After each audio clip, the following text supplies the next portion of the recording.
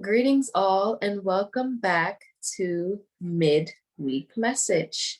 My name is Shola Ade, and I am the founder of MBS Complete. If you've been here before, it's good to see you. Welcome back. Grab your pen and paper.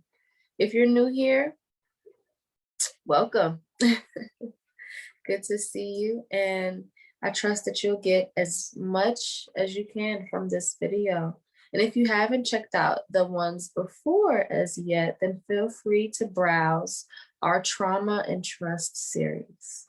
Okay, so today we'll be talking about action and change through trust building. Now, just to recap, last week we talked a lot about how to understand that connection between trauma and trust. How are they connected? What ties them together? How trauma affects trust of self and others, and what to do to re-implement that feeling of trustworthiness, right? And so we're going to delve a lot deeper into rebuilding that experience of being able to trust. Okay. Now, in addition to looking at that connection between trauma and trust, we have also talked about how it can be difficult to make decisions, to move forward, to find a sense of purpose, to redefine even that sense of purpose after going through a traumatic experience. And so with that, let's really get into how decision making is impacted by trauma. Okay. So when we are in situations of having to make choices, make decisions, we may tend to not be able to fully invest in those decisions for fear, for uncertainty, feelings of overwhelm, whatever that may be. It can get hard. And again, if you've experienced a traumatic event, it can get even more difficult because that uncertainty, that fear, and all those emotions are then related back to self. You feel it within yourself. And again, in order to move forward, yourself has to be in alignment. And so there may be times where you question how things are going to end up. You may question yourself, and you may tend to think about the worst case scenario, right? The negative outcome that's going to happen. And so again, you have these feelings of anxiety, the feelings of overwhelm, hopelessness, and those emotions just further contribute to not being able to make decisions. It's like you kind of get caught in this loop, right? So what do we do? How do we get out of that loop? Well, we want to start by rebuilding the trust that we have within self. Now, thinking back to what we talked about in regards to the 5 A's, we can apply it to this situation. So the first thing that you want to do, of course, is acknowledge, right? Our 5 A's were acknowledge, attention, awareness, acceptance, and action. So you first want to acknowledge that there's an inability to make decisions. Just acknowledge it. Don't do anything about it. Just recognize that it is there, right? And so once you are able to just acknowledge it, you want to begin to pay attention to it, continuing to pay attention to when it comes up, what situations it really manifests itself in, and what, of course, is that impact, right? And so thinking about the impact, we are then now going more into the awareness piece of it, becoming fully aware of what is happening and how it affects you, right? So what is the effect? Becoming aware of that internal layer, right? And so then we now go into one of the most difficult parts of the 5 A's, which is acceptance. Acceptance is what it is. That's literally what acceptance is being able to recognize and just see what things are for what they are. being able to look at it from a very non-judgmental, plain, objective slate. Now, that's what makes it so difficult, because a lot of times things that we experience, they have a lasting effect on us. They have a lasting effect on our perception, our selfhood, all those things. And so to be able to separate yourself from those experiences and just view it as the reality that is happening right then and there can be a challenge. Okay. Now, making sure that we remember, of course, with acceptance, it's not that we approve of it, it's not that we even like it. We just have to recognize and accept and say that it is there. Okay. So with decision making, just accepting that you're not able to make decisions. You don't like that, you can't do that.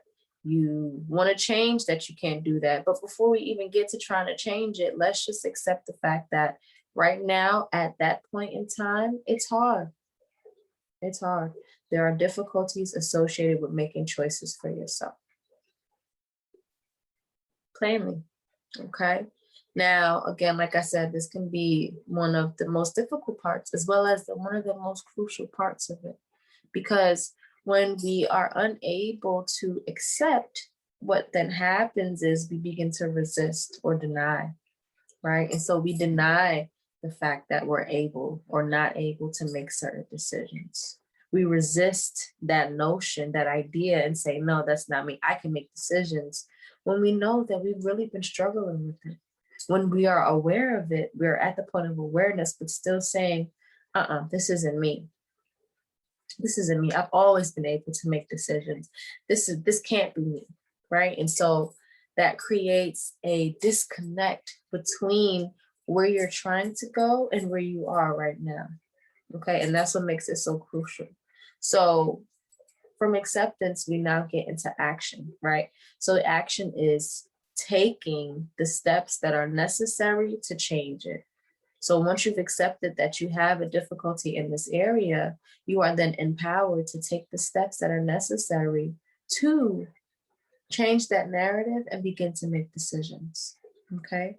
Now, changing it, that's also a multi-step process. So we look at it from the lens of, okay, I change it by rebuilding the trust within myself, okay, and committing to one or two things regularly, whether that's once a week, once a month, once a year, once a day, twice a day, whatever the case may be. You want to make sure that it is a realistic task that is authentic and personal to you, something that you know that you are likely to do. Even if it's something that you haven't really done before or really committed to before, maybe it's something that you've experienced, or maybe something that you've always wanted to do. Right now, again, in terms of just being realistic, let's say, for instance, you want to do 100 squats a day. If you've never done one squat in your life, setting the bar up here at 100 squats, that's going to be a ladder that you're going to have to climb, right? And not saying that you won't ever be able to get to that point of 100 squats. It's just, again, accepting. See, acceptance coming around again. It's just accepting that right then and there, you're not there. So instead of doing 100 squats a day or 100 squats a week, you drop it down and say, okay, I'll do 5 a day. I'll do 10 a day. I'll do 20 a week. Whatever day of the week that is, I'm going to commit to doing that, and maybe even setting the time frame. So maybe you commit to doing it daily for the next 5 days, right? Or maybe you commit to doing it daily for the next month or 2, right? So again, make it realistic, make it authentic, make it personal to you so that you have a higher chance of actually doing it. We don't want to set ourselves up here, okay? Because if we set ourselves up, unknowingly, what we then do is reaffirm that inability to trust ourselves, right? And so this now goes into the second one, being gentle with ourselves in regards to the language that we use to speak to ourselves. Okay. So just pay attention. Pay attention. How do you speak to yourself if there's something that doesn't go your way? right? How do you speak to yourself if there's something that happens and it's not ideal for you? Do you tend to fall on the side of saying, oh, dang it, I'm such a failure. Why do I keep doing this? I keep messing up. I should have known better, right?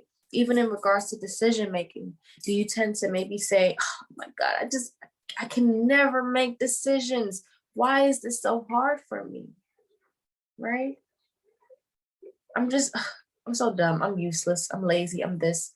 All these things that we tell ourselves on a daily, on a regular, all the time. And even all these things that we think about in regards to ourselves, because that's also a way of communicating. We may not say it out loud, but if the thought comes up, we're communicating that in some way to ourselves, and we're reaffirming whatever that is that that language is saying. And so what we want to do is begin to shift that, pay attention to it, accept that it's there, and then begin to shift it, right? So instead of saying, oh, dang it, I always mess up. Why can't I ever get it right? Maybe you'll say to yourself, you know what? I did my best. I did the best that I could, and I'm going to do better next time. If I can do better, I will do better. Or maybe something as simple as saying, I'm capable. I'm able to do this. Maybe I didn't get it right when I wanted to, but I'm able to do it. Okay. And so again, noticing that language that tends to occur, especially, right? Especially if there are those negative perceptions that are there, right? We want to be able to pay attention to those negative perceptions about self that come up and begin to shift it ever so slightly by remembering to be kind, to be gentle to ourselves. We talk to ourselves the most, more than anybody else. So we want to make sure that the things that we tell ourselves are in alignment with who we see ourselves as. Okay, now that then goes into the third one, which is spending time with yourself. Who are you? Spend time with yourself so that you know who you are, so that you know who you used to be, who you were before, who you are right now, and also who you want to be, right? Maybe there's some discomfort with being alone, with being by yourself.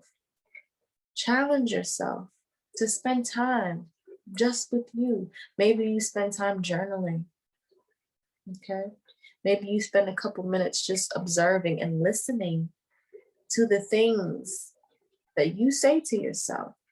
Just noticing the thoughts, observing the thoughts that come up on the regular about who you are or who your mind is creating. Okay? Really be intentional with this because, again, this is not an easy task, right? Especially for those who have experienced traumatic situations and experiences. Again, we mentioned that automatic worst outcome scenario, right? If we constantly are going to that worst case scenario, that negative outcome, then it's highly likely that the thoughts, the ideas, the perceptions in your mind also are negative, right? So when that comes up, when you notice that, sit with it. I know. Some of you are like, girl, what are you talking about? I'm not sitting with this. That's too much. That's a no. I'm not doing this. It's okay, right? Acceptance, right? Let's just accept that that is the reality. You may not want to have these thoughts about yourself, about others. You do. You don't have to like it. You just have to recognize that that is what's occurring. And so the more you're able to recognize what is occurring within you, again, the more you can be empowered to do something about it. Okay? So continue to accept that you may have some negative thoughts that come up pretty often. Spend time with it. Be curious about it. Explore it. Learn yourself. Learn who you are so that you can begin to trust that person, right? How can you trust yourself if you don't know who you are? And how do you know who you are? How do you learn who you are? You spend time studying, right? You spend time studying yourself by yourself, okay? And the more you begin to spend time learning, the more you begin to spend time with yourself, the more you can trust who that person was, who that person is, and who that person wants to become. Okay, so again, let's break it down. How are we changing this difficulty with decision making? How are we changing and rebuilding trust within ourselves? We are doing this by one, committing to something regularly based on realistic standards. Okay, number two, we're being gentle and kind with ourselves in our language, and we reframe the language that does not align with who we want to be. And then lastly, maybe there's no real order to this because it's all connected, right? But number three is spend time with yourself, right? Spend time getting to know yourself, getting to know that language. Remember, I said it may not be in order. Spend time noticing that language so that you can shift it, so that you can reframe it, right? Spend time recognizing what routines work for you, if routines even work for you, and explore how come they don't. What makes it difficult to commit? Okay. And then in you doing those three things, you begin to take action in regards to decision making. Now, right then and there, you already made decisions. You've made a decision to commit to something for yourself. You've made a decision to be gentle, to be kind, to use kind language. And you've also made a decision to spend more time with yourself. Again, trust basket. You begin to build that up. You begin to continue to rebuild that trust that was lost for yourself. Now, we're so focused on self because if it's not there for you, it won't be there for anyone else. So if you can't trust yourself, how can you trust other people? Right? And so this is why we're working with self first. This is why we're working with self first, because it's like a domino effect. Okay, it starts with you and then it extends to other people, especially for many of us who have experienced traumatic experiences. Now, who have encountered traumatic experiences. Now, I was going to mention again, trauma affects different people in many different ways. So maybe for you, it's not a difficulty with decision making, taking action. Maybe it's not a difficulty with that. Maybe it's something else.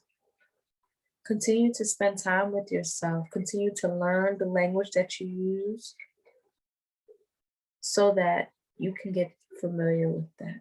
Whatever that thing is that has really been impacted by the trauma. Take time learning it, understanding it, accepting it, and growing from it. And we'll talk more again about the growth, that process of transforming from trauma, through trauma rather, in our next video. And our last video in this trauma series, actually. Okay, so stay tuned for that.